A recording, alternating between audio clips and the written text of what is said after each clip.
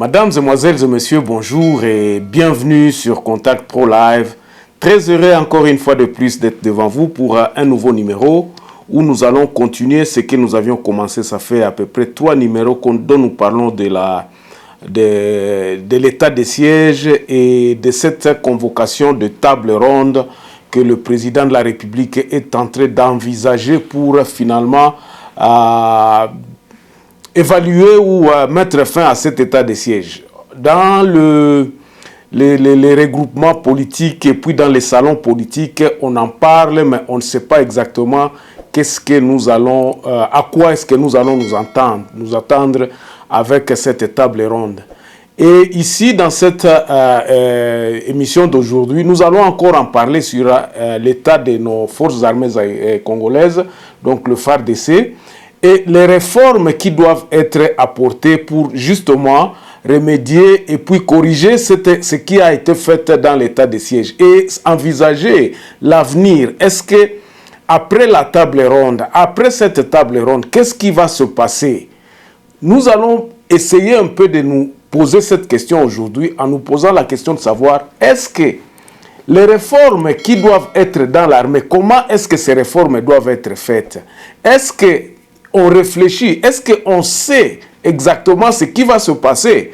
Allons-nous encore tomber dans cette erreur-là où nous faisons les choses et nous pensons que les choses vont aller d'elles-mêmes et que ce que nous avions dit sans y mettre quoi que ce soit, sans réfléchir, sans mettre un plan, ça va aller de cette façon-là. De toutes les façons, aujourd'hui, nous allons encore parler des réformes. Quelles sont les réformes que le Congolais s'attendait à voir? Quelle est la transformation? Quel est le changement que le peuple congolais est en train d'attendre de nos dirigeants actuels, du président Félix, de tous cette bande qui nous dirige aujourd'hui? Est-ce qu'il y a encore quelque chose à espérer dans une année qui reste à Félix Tshisekedi? Est-ce qu'il va encore assurer que cette fois-là, si on lui donnait le deuxième mandat, est-ce qu'il va réfléchir à mettre les solutions qu'il est en train, qu'il envisage quoi? Parce que nous sentons que le président de la République est en train de faire l'opposition. Il réagit sur les choses qui sont en train de se passer dans le pays au lieu de chercher des solutions. Cela s'est constaté effectivement lors de sa sortie médiatique qui a encore fait le fiasco où il a vilipendé les forces armées congolaises, il a vilipendé les niveaux d'études, les niveaux de l'enseignement dans notre pays. A-t-il raison, a-t-il tort? Vous aviez entendu. Mais aujourd'hui, nous nous concentrons sur ce que nous appelons la transformation de notre force armée congolaise qui a la mission de nous défendre, qui a la mission de remettre la sécurité sur toute l'étendue du territoire. Avant d'aller un peu plus loin, nous allons prendre le grand titre à la une des journaux qui paraissent ce matin sur Internet. Et puis, nous revenons tout de suite après pour développer notre sujet, la réforme. Qu'est-ce que le peuple congolais attend de ces réformes dans le secteur, surtout de l'armée, surtout de FARDC?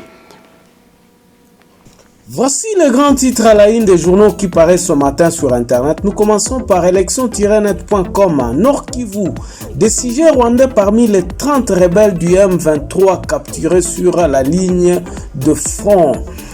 Et puis RDC procès Tchebeya, peine de mort pour Christian Ngoï, 12 ans de prison pour Jacques Mugabo et puis Paul Milambwe acquitté.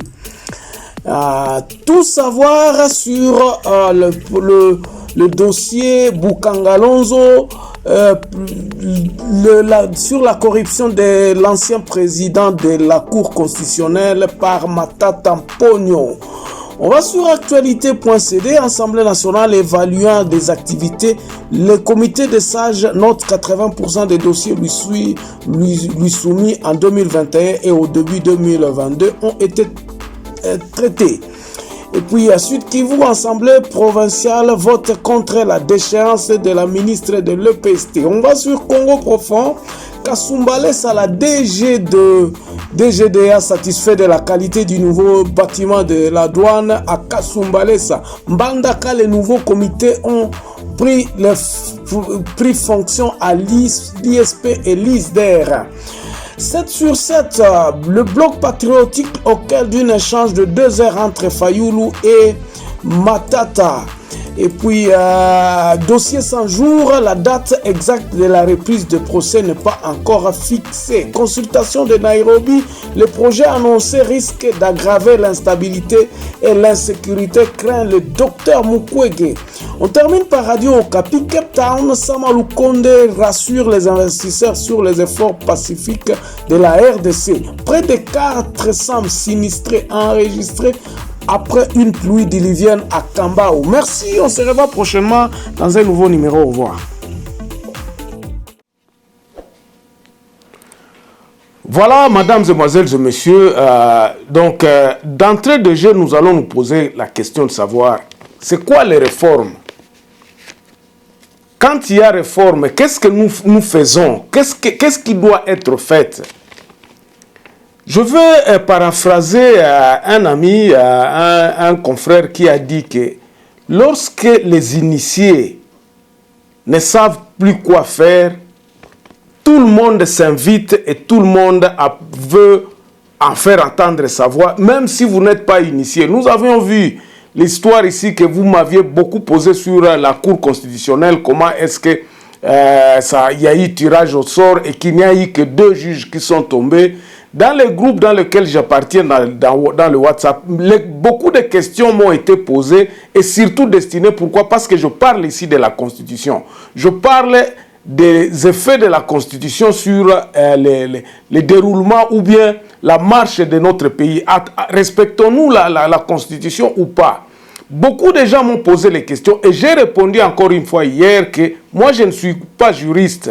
Je ne vous fais que révéler certaines choses dont moi-même je me pose comme question. Et moi je dis, cette question encore, nous allons vraiment l'élucider dans une émission live que nous faisons chaque samedi ou à dimanche, quand le temps nous permet, où nous allons y aller vraiment en profondeur. Et là, je vous dirai d'où vient le problème. Parce que nous allons compter les cycles de 3 ans et voir la nomination des juges, tout ça. Et j'ai dit dans beaucoup de choses qu'il y a des cacophonies, il y a des choses qui ne marchent pas du côté de la Constitution, de la Cour constitutionnelle. Est-ce que cette Cour est politisée? Nous allons y répondre en tout cas la semaine prochaine, enfin dans 2 jours. Aujourd'hui nous sommes jeudi le 12 mai. Donc le week-end qui va suivre, qui suivra, nous allons y en parler avec beaucoup plus d'éléments et nous lirons encore une fois de plus la Constitution et nous verrons qu'avec un œil d'un Congolais moyen qui ne comprend pas tout ce qui se passe dans la Constitution et nous allons essayer de comprendre ce qui se passe exactement à la Cour constitutionnelle. Alors aujourd'hui nous allons nous poser la question sur les réformes. Dans tous les secteurs, je ne sais pas simplement dire que les réformes doivent être tout simplement du côté de FARDC.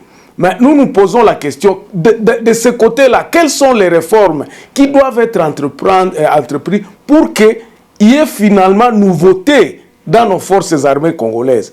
Nous nous sommes dit, avec la configuration actuelle de notre FARDC, qui est accusée et qui est accusée par le président lui-même. Le président lui-même dit que non, ce qui se passe à l'est de la République démocratique du Congo, la police et les militaires, ils sont pour quelque chose. Le président de la République ne nous a pas dit les causes, il ne nous a pas dit, il semble ignorer effectivement qui est l'ennemi exactement. Pourquoi? Parce que je crois qu'on n'a pas réfléchi, on n'a pas recadré le problème pour dire que voici là où se trouve le problème et comment nous allons l'attaquer. C'est comme ça qu'on dit les réformes. C'est d'abord circonscrire le problème en disant voici nous avons une idée d'ensemble. Voici là où vient le problème. Mais comment est-ce que nous pouvons résoudre ce problème-là? Nous devons commencer par B, C, D. Il y a un plan que nous devons mettre en place. Mais depuis que le président de la République est arrivé au pouvoir en 2019, nous n'avons constaté qu'il n'a fait que changer les hommes. Il n'a pas changé le système. Les forces armées congolaises sont restées les mêmes. On a remplacé les gens. C'est comme si dans une voiture, vous remplacez un chauffeur, mais le moteur reste le même. Le carcan de cette voiture reste le même.